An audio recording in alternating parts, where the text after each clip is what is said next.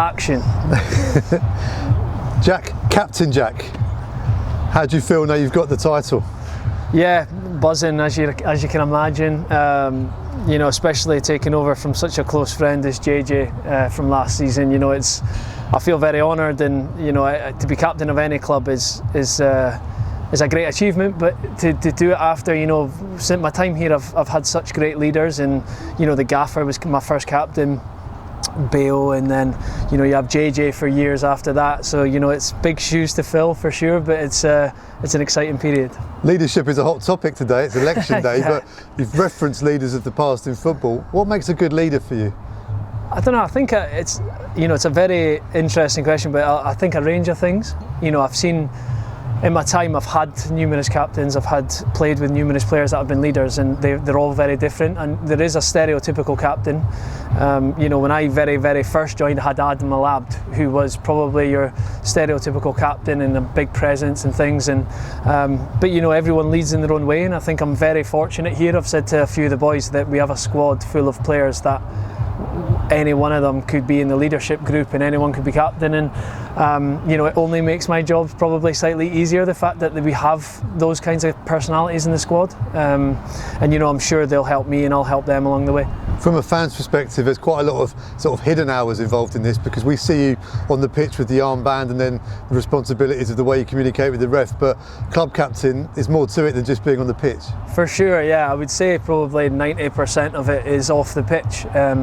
You know, you're only on the pitch for 90 minutes in a week, you know, if you've got one game week. So the majority of things do fall off the pitch, and on training days like this, and you know, sponsors and dealing with a lot of people, and it's been a good learning curve so far.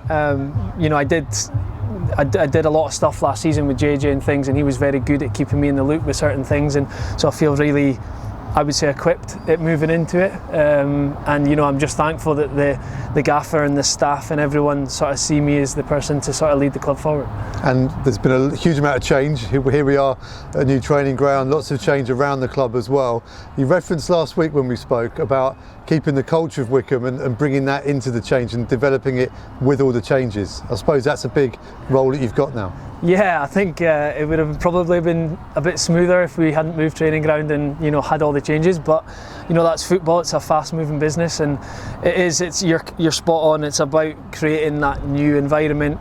You know, I think with the new environment you can create new habits, and a lot of the talk that we've had is about creating good habits and good culture. And because, you know, the culture, it isn't a given when you move that things are going to be the same. You have to sort of put an emphasis on that. So I think with the changes, and we are very lucky that we are getting a lot of investment in the infrastructure of the building and, you know, changing rooms and things, but with that comes a lot of questions and a lot of work. So it's, you know, it's been again a great learning curve for myself in being involved in these kinds of conversations. And you know, I'm thankful to the staff because they are very player led, which does nothing but make us players feel empowered. So it's been busy, but it's been great, to be honest with you. I've been loving every minute of it so far, and looking forward to what lies ahead.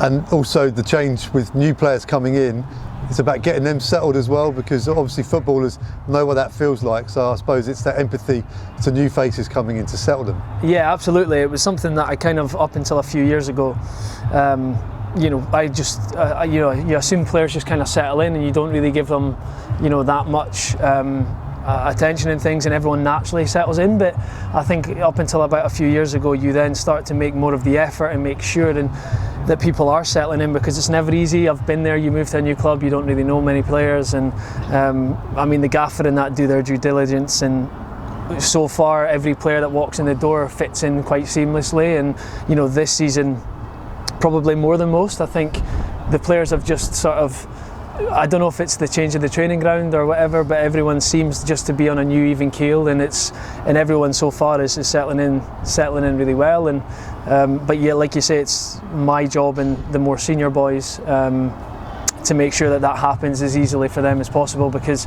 the more chance that happens, and the more chance you see them at their best on a Saturday at 3 o'clock. And the responsibility will be growing as well. The academy is on its way.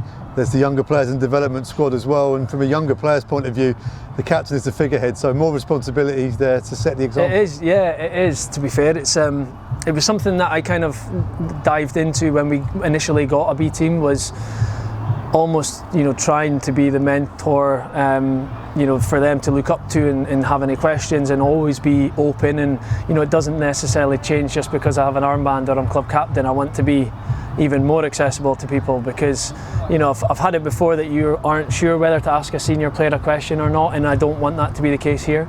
There's boys with much more experience than myself in the squad, that they are very open to questions and willing to help the younger players. And like you say, if you can create a team dynamic like that with the starting of the academy, I think it's going to be massive moving forward. And I think the players are all open to help in any way they can.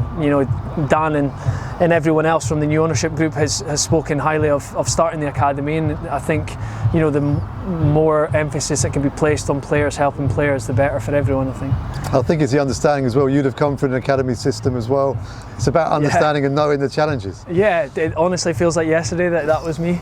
I think I'm sat here 30 years old with X amount of games under my belt, and I think the best thing you can do is not forget where you were once in that position, and in an academy or a B team, and just to be as open to questions and helping them and actually going and getting them and helping them out.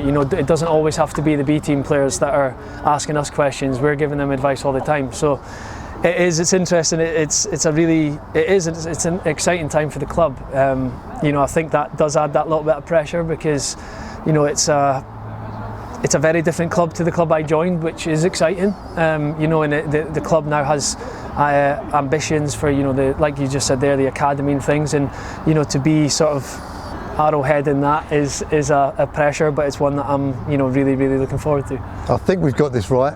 Longest serving player in the squad now. Yes, I am. Yeah, which like I said, if you'd with the people that we had here when I first joined, if you'd told me that, I'd have been amazed and buzzing. But yes, the longest serving player now. I think behind David Wheeler, and probably Jason's up there as well. But yeah, like I said, I'm very lucky. I feel like we've got good people here, which is only going to help me.